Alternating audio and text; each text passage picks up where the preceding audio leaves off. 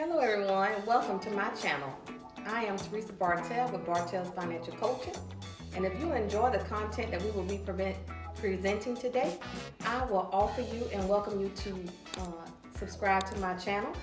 And today we will be talking to Mr. Jim and Miss Linda, and they're going to be explaining to you the best way to retire.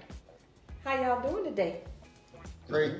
Good, good. All right, Mr. Jim, can you introduce yourself to us, please? Yep. My name is James Levac. Spent 30 years in the Air Force, retired back in 2007. And how about you, Miss Linda? And I am Linda Levac, and I retired 20 years at active duty and guard in the Air Force. Okay, and so one of the reasons why we chose them to be on our YouTube is because when I met them a couple of years ago, I was absolutely fascinated. They have retired well, and I'm not sure if I even thought about it, but after I spoke with them, I'm like, oh my, this is how retirement is supposed to look. They take vacations, they go away for 2 weeks, 3 weeks, and I'm like, how did you do this?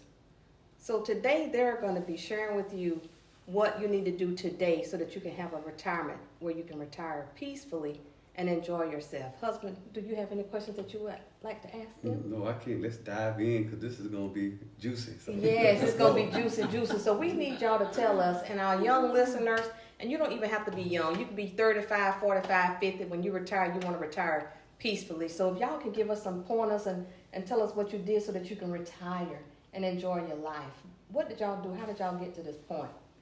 Well, when in our younger days, when Jim and I got married, we decided I was going to get out of the military, and so that meant that we were going to be living on one paycheck. Okay. And we did that, and we did it.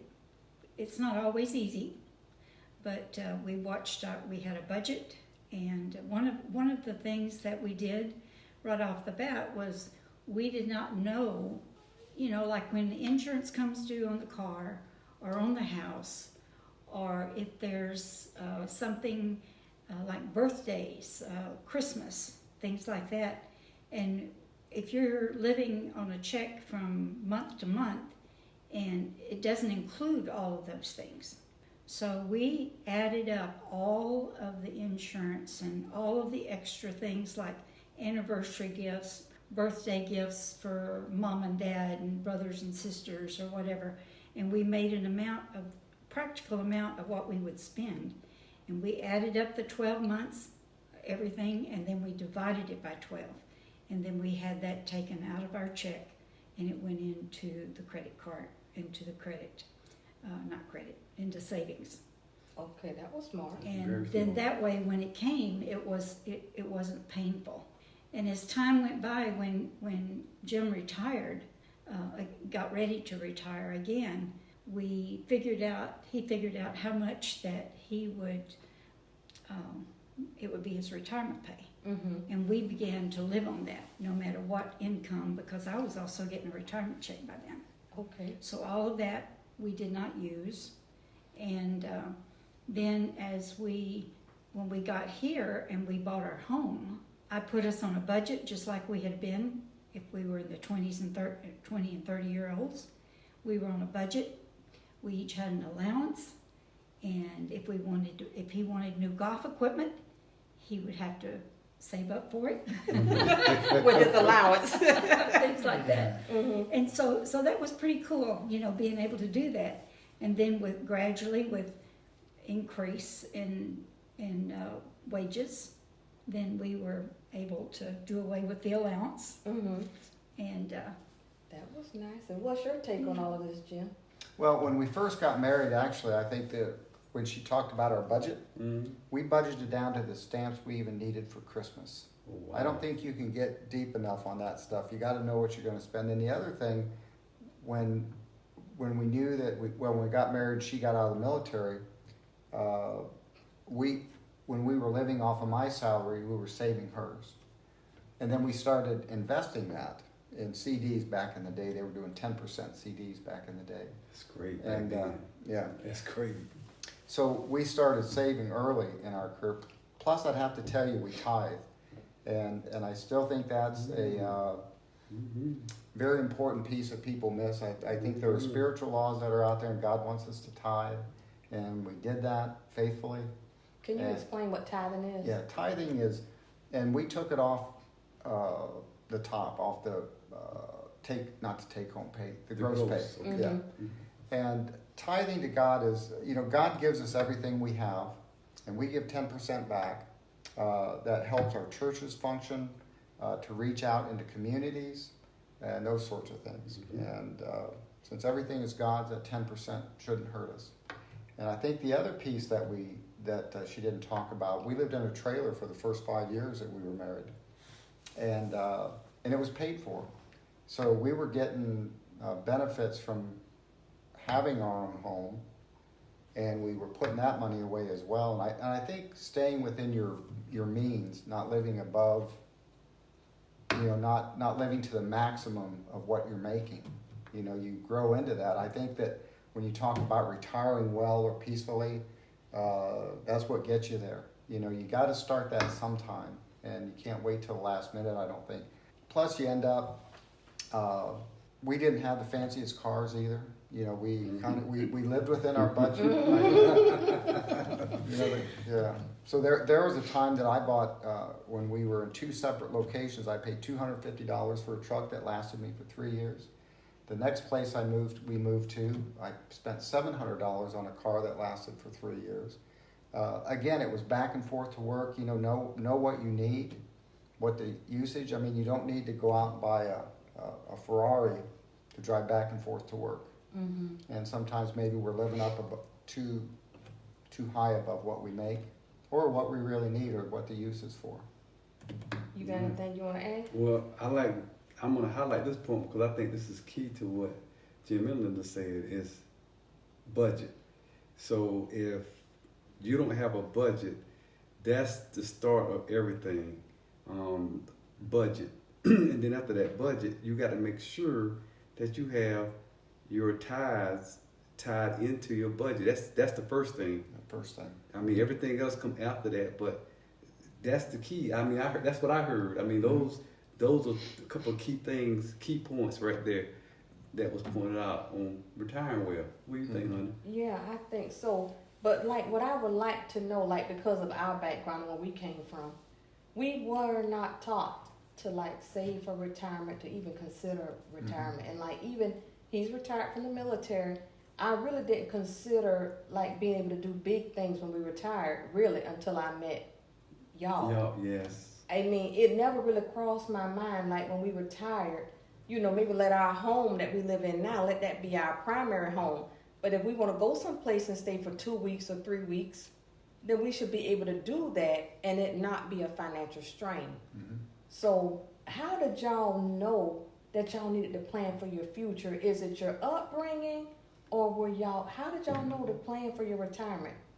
I'm like you. I didn't have anyone in my family who retired or had money. And so I love nursing, so I went in as a nurse, and I never thought of retiring, ever. And then when Jim and I got married, and I wanted to stay home and be a wife to him and take care of him, I didn't think. I just stopped my career in the Air Force, and that was pretty cool. I mean, I thought, well, now I've always been alone after I left home, and I was 35 when we got married, and so I thought, what is it going to be like having someone who is going to be? I'm going to listen to his opinion.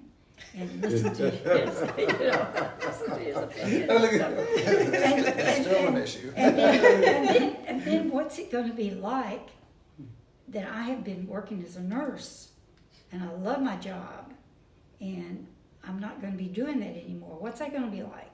Mm-hmm. And, I think God took all of that desire away because I didn't miss it when I got out of the Air Force. And then yet again, back to the retirement part, I think God had a plan, because at the age of 50, I thought, I'm too old and I've got a few medical issues, and will they even take me? And the Air Force took me. Wow. And I was able to stay in for 8 years and do the things that I needed to do. Mm-hmm. And in the process of doing that, then that's where the retirement got provided, because I got my military retirement. I was able to get VA. I was able to get my Social Security, of course, and those different things that totally took care of my retirement. Mm-hmm. And between the two of us having the same thing, of course his is much greater than mine. Mm-hmm. It's unbelievable. It really is. I mean, I never ever dreamed of retirement or planning for retirement, because in nursing in the hospital back in the day, there was no such thing as a retirement plan. Right. And I don't think there is now very much. I mean, it's one of those, if you don't buy stock or something, to help yourself out, then you're just up a creek without a paddle. Yeah, that's so true. And so with you, Jim, so her childhood was kind of like mine, and you're the head of the house, you took reign. How did you know that it was important to save for retirement? Because like nowadays, people are spending everything. They're using their credit cards, they're living check to check, credit scores are bad, and they're not thinking about this stage of life. Yeah. Were you raised to save for the future? No, I even as a kid, I enjoyed having a bank account. We didn't get much allowance when we were a kid, but but it's nice to look in your little, book and see that you had a little money. But when we got married, I think I was thinking more in terms of, first off, we had to save for emergencies because we were military, right? Mm-hmm. And so if something happened in the family that we needed to have emergency leave, let's say, I wanted to have the resources without breaking the bank. So that meant maybe we did with less things, material items, and it just kind of built from there. And I always thought about investing, and so we were saving, but we saved a whole bunch of money, and she always thinks I'm, gambling. Let me tell my part. I'm not through telling mine. Oh yeah, but you can build on mine. Okay, let's hear it. Oh, I don't know how many years ago, 30 more years ago, he wanted to put a little into one of the Well, we were doing CDs Edward initially. Jones, yeah, but I'm talking about Edward Jones or one of those things. Yeah. And my, I'm a bit tightwad, so it was like, okay, if he wants to do this, this is fine. It's going to be like gambling. Any money that he puts in there, I'm not expecting ever to see again. So that's great. That's great. Yeah, I'm not expecting to ever see again. And so over the years, That attitude you want. yeah, that was a long time ago. I got a different attitude now. Good. Actually, no, I don't. We've got a good, not a huge amount, but we've got a nice savings in that type of savings now. And I'm really proud of him. I'm proud of what God's done and led him, and he's done it even, like he says, he drags me sometimes because I'm not particularly wanting to do that, Yes. So, it's like, it's amazing to see what has happened over the years. Yeah, so you gotta pick up for where she thought you Yeah. was gambling when you was investing the money. And actually, we started with CDs because it was a sure thing. And the other thing that helped us do, the way we said it was that you could put that money in a CD, a 10% CD, and it's locked in for a year. So you're not going to spend that money. So it begins to build like that. And when you're not making much money, you can't afford to waste it on, risky propositions. And then living in that trailer was interesting because I don't remember what she paid for it, but we lived in it 5 years and made a profit off of that and we just kept building like that. And at some point, you know, you kind of look forward and say, what is going to happen when we retire? And then we never, beyond what the military provided for life insurance, we haven't had life insurance because in my mind, it always seemed risky. Now, everyone else tells me it's an important thing to do, so you know, people need to pay attention to that. They need to find someone they trust with advice like that. But for me, I thought we could invest and kind of build our own insurance in that, where I don't have to depend on someone else to provide that for us.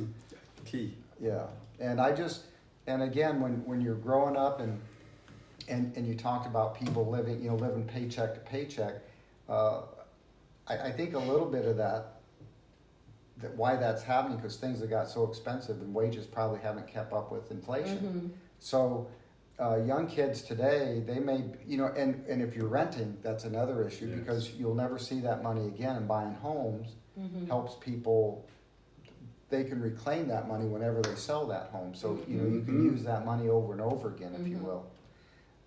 And being in the military, we lived in base housing. Oh, she had some property in Arizona too, I forgot about. And anyway, so the idea of saving has always interested me. And then as we just progressed, we would, and we always set aside more money, like we tithe. What is it? Proverbs 10:22 says, the Lord makes a person rich and he adds no sorrow with it. Okay, yes. But I think there's some peace and we weren't focused on the money, but as a husband, what's the responsibility? How is she, if I predecease her, how does she live? And that was my motivating factor for that. It wasn't anything else other than because we weren't going to buy insurance. I could not see myself doing that. And it works out. But I think God just blesses that. The idea that we were tithing, we were living within our means. I didn't need the fanciest things in the world. And like we haven't ever owned four-wheelers, ski machines, and all those sorts of things. If you want to do that, a friend of mine used to do that up in Alaska. He would go out with a guide, and he would have all of the four-wheelers and cabins and stuff like that. He'd take his boys out with him, and he would come home, and after he's done, he's paid a bill for that, but he doesn't have all the overhead for that stuff.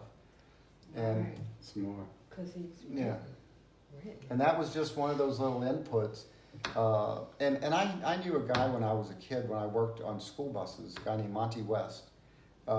Very smart guy. A lot of the things that I learned probably came from him. He was so frugal, he bought a new car every 10 years, whether he needed it or not, and he didn't waste his money on junk, and that just had a big influence on me when I was 16, 17, 18 years old. And we just kind of carried that through. Neither one of us, we were both raised in small communities, I think, and we've just always been that way. And even now, we're going to have this house, and that goes toward our retirements, or however that works out. But it was always just nice to save. And then we got into investing, and I have a good broker, and he's very helpful with that. But that's the secret. So how old are you? 69. And how long have you been retired? Like, you have not punched anybody's clock. You get up when you want to. How long has that been? Let's see, 16 years. 16 years. Wow. He has not had to work for anybody. So I'm hoping that will be a motivator to you now to help you want to save money.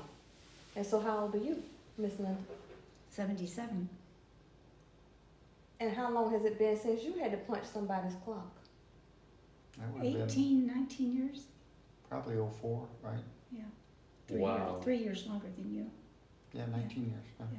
Right, Wow. and they are able to do this because they planned well, and they didn't spend everything they had when they were in their 30s and their 40s, and so now it's paying off. And I'm hoping that my viewers, if you're listening, that this will motivate you not to just concentrate on today, but also to concentrate on tomorrow and your future. And then what I would like to add for us is like what we've heard, and then just to touch on the military a little bit. Like, the military has this stigma to where, like, you're going to be poor and you're going to be broke.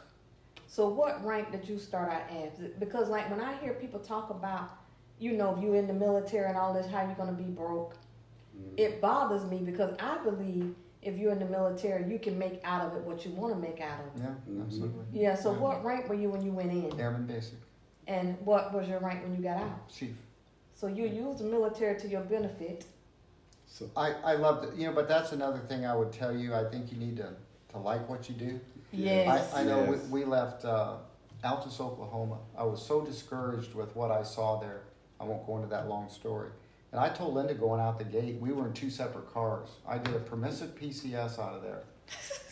And that meant that we paid for it. Mhm. There was an Yeah. opening for me someplace else, and I took it, and we moved on. And I told her going out the gate, if where we're going is the same way, I'm getting out. I'm not living like that. And I wanted to be in the Air Force when I was 7. So I was really having a good time. And I think if you do something you like, you're going to succeed at that, right? That's the It key. gives you more opportunities. I know there's some roadblocks and obstacles out there. We probably all face those, but the idea, we didn't focus on the money so much, other than thinking about how we take care of each other as we continue to age, and knowing that you're going to retire at some point. And we didn't select an age. We didn't go to that level at detail, thinking about when it was going to happen, right?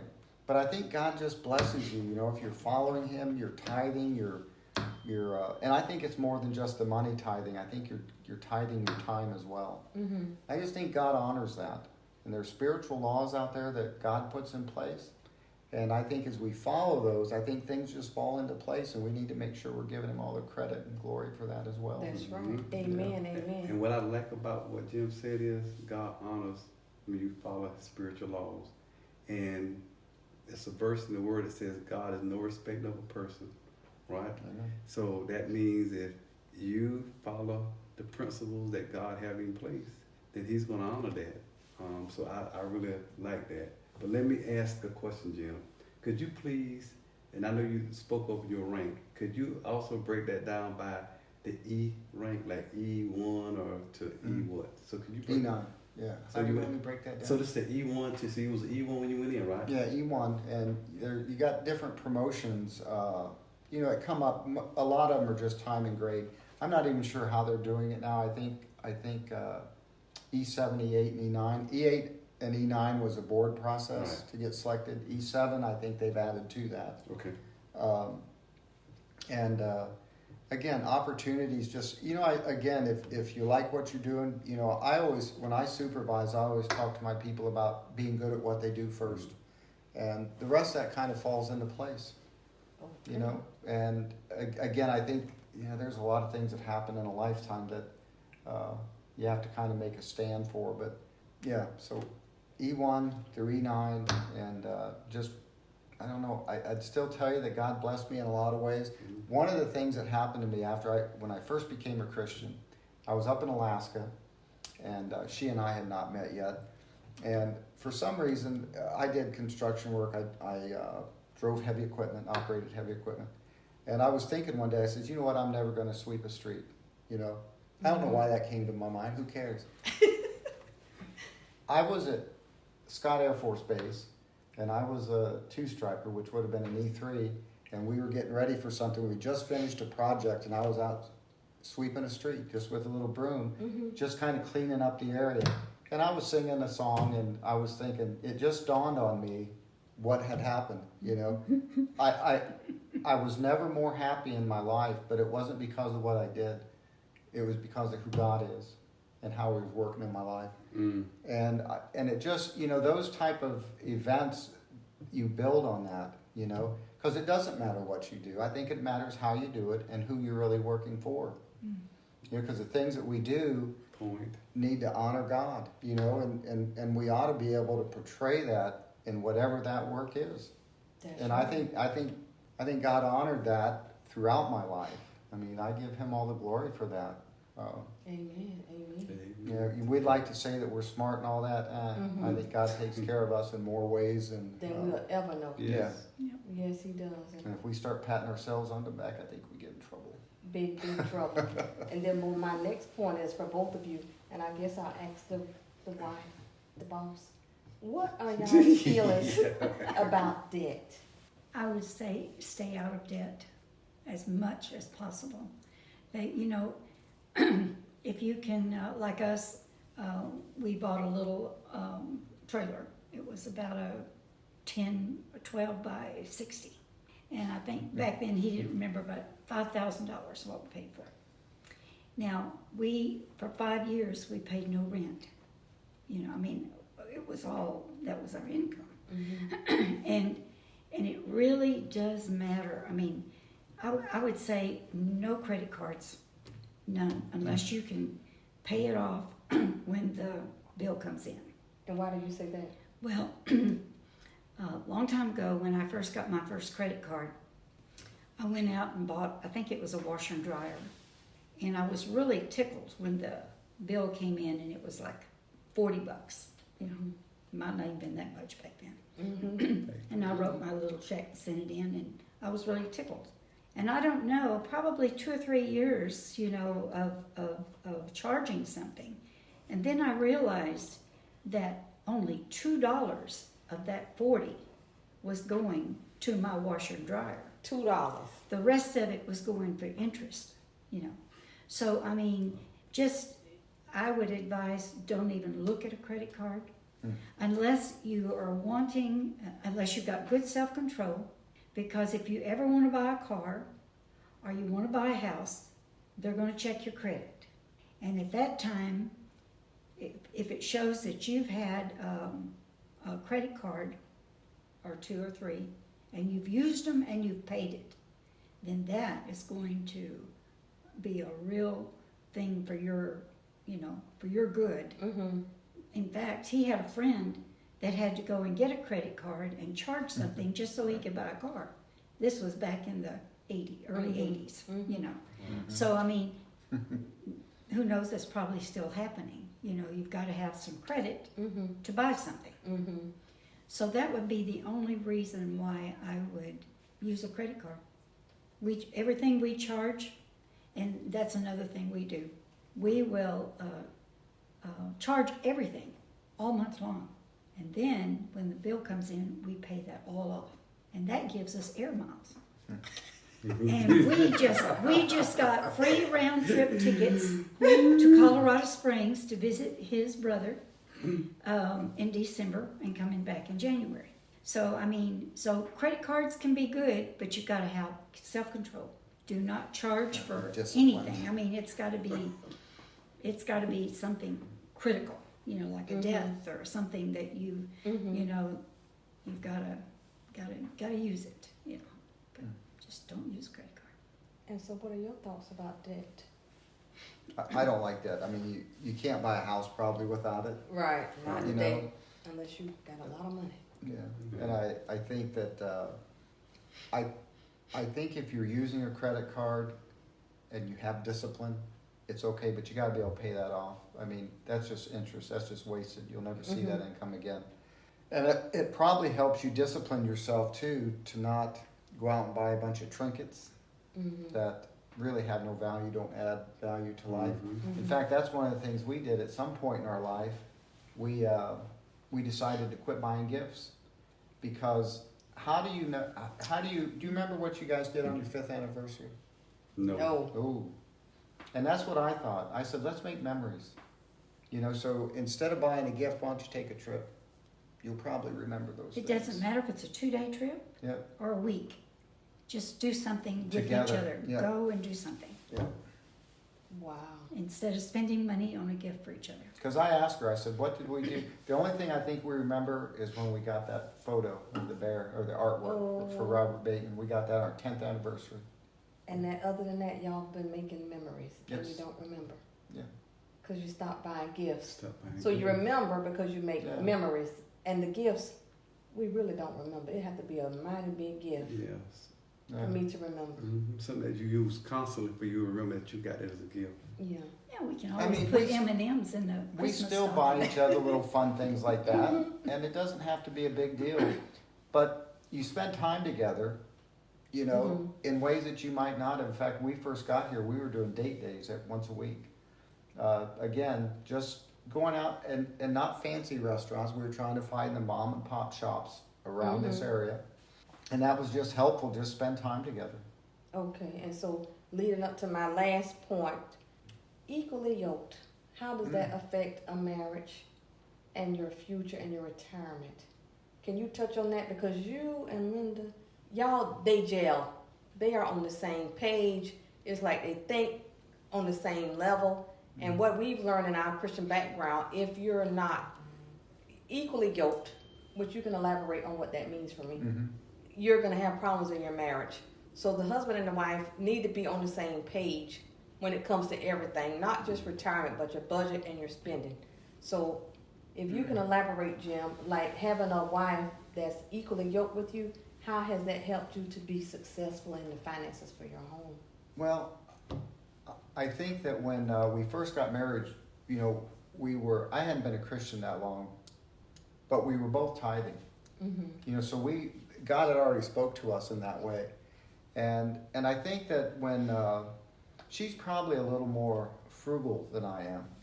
That's probably a polite way of saying that. But I think being equally yoked, you know, we both love the Lord, and we wanted to honor Him in what we did, how we spent, and what we thought we represented. And I think a lot of times we are different as night and day to our approach to life. And I can't tell.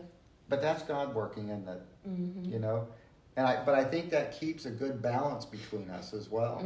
Because some things that, you know, we do, she'll say something, I go, you know, I don't think like that. But she does. You know, and vice versa. You know, like she was skeptical about investing, and I still try and be pretty conservative in that. I don't try and go up. Yeah. We can go like Yeah, she likes Purina. Yeah. So, again, being equally yoked and going down the same path and not pulling against each other. Right. And just being patient. You know, people don't get rich overnight, but they can get comfortable. You know, just taking it one day at a time. You know, I remember as a kid, like I said, I used to like to open up my little bank book and see my little bit of money in there. And I had no idea what I would do with that money, by the way. And I liked working. Both of us liked to work. We both enjoyed what we did. And I think there's value in that in a relationship, because you go to work and you're miserable, you're probably going to be miserable at home. Right. And then I think the other thing we learned, and not to talk so much about our work when we got home, because you just can't relive your days. You know, come home and relive that day, right? And I'm not saying they're bad, but you've got to build that relationship. And I think we've done that through the years. I still don't like a lot of movies that she watches, but But it works. It works. Honey, Yeah. do you have anything you want to add before I start to close this out? Well, I think there was a lot of key points here. So as you get ready to close out, you know, I think it'd be good just to highlight some of those key points to the viewers so they can kind of pick up on some of the things that Jim and Linda said, because, you know, I think these are like valuable points to retire well, right? And that's what we're talking about today, how to retire well. So, honey, you want to? Okay, so what I will ask you, Jim, for our younger folks, 30s, 25, 40, can you give the audience 3 things that you recommend that they can start doing in 2024 to start planning to retire well? Sure. Start saving, and I think you have to really sit down and evaluate where you're at. I think you need to start saving money and just evaluate how you're spending your money. And then start budgeting. Okay, that's number 2. And have a clear budget. Like I said, when we did that, we even considered the stamps we spend at Christmas time, because you spend that money. You know, if you don't account for it, where does it come from? And I know that's a little anal, I think, sometimes, but at the same time, you have to account for that income. And you make more money as you get older, right? And then what would be the third thing that would be good? Save, budget, invest. Yeah. Don't live above your means, I think would be the next one. You've got to keep that in balance. I mean, you know, we've done things like the old cars that I bought because, you know, the need was to get me back and forth to work, and I didn't need a Cadillac to do that. So, and I knew the time frame we needed it, and I could work on them too. So that was helpful. But yeah. Okay, so Linda, do you have anything that you would want to tell the audience to help them to prepare for their retirement, 30, 35? euros. That's perfectly fine. Well, when we first got married, I would recommend, I mean, this may sound a little nit-gritty, but you can take and figure out like how much you need for food, how much you need for gas, how much you need for haircuts, things that are important, and add all that up, put the money in an envelope. You know, that's what we did. We put it in an envelope. And if you spent more than you should for groceries, well, you just have to kind of use some of that leftover stuff in the kitchen. You know, there's things for gas, you know, I mean, you know how much to go to work and to go to some vital places that you know really need to go. You need to go visit your mom and dad, your grandma and your grandpa, you know. So anyhow, you put that in your envelope, you know. And I mean, this may sound, actually, it is a way to really stay on target.